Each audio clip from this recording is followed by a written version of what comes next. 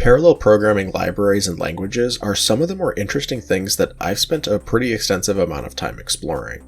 They each have their own strengths and weaknesses, making them incredibly useful for a variety of different tasks.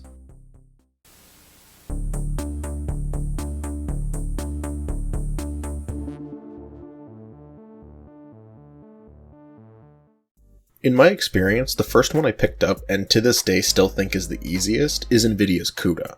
While this language is officially locked to NVIDIA graphics cards, there are some workarounds to get these programs performing very competently on AMD devices. For GPU compute languages, this is more or less the gold standard in terms of feature set, syntax, and general program flow.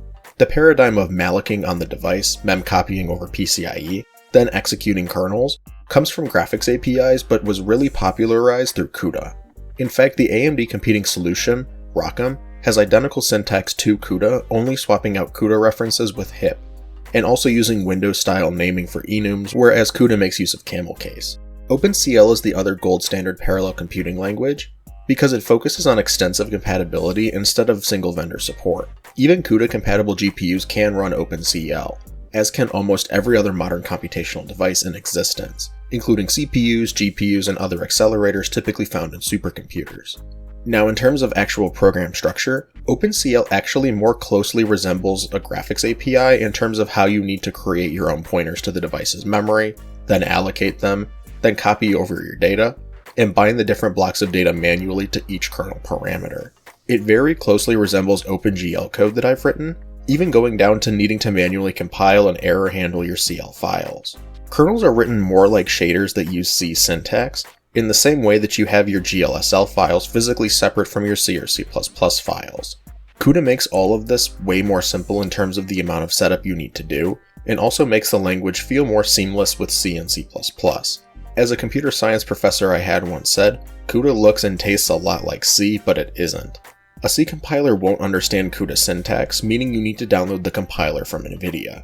With OpenCL, the implementation is actually included in your driver package, so all you really need to do is download the OpenCL libraries to give you access to the tools, and you're good to go.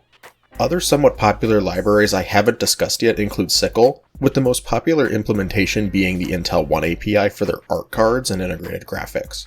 SYCL claims that it's also a write once and run everywhere solution, but in order to get it working on non-Intel hardware, you have to download and manually swap out the backends, meaning it's more of a pain to do than it's made out to be. OpenMP is another parallel API that I've had very limited experience using, because it functions much differently from other dedicated languages or extensions. This API uses pragmas to give the compiler hints at what should be parallelized at a core-to-core level. When I've used it, I've had an inconsistent experience, with certain parallel blocks working pretty well, and other times it just seems to ignore when I tell it to run in parallel. OpenCL C is probably the best current parallel language to learn if you want to just write your code once and run it on as many devices as possible. Alternatively, CUDA is probably the closest to the quote-unquote Python of parallel computing that I've discussed in the past, and there's even Python libraries available to integrate OpenCL and CUDA into your scripts.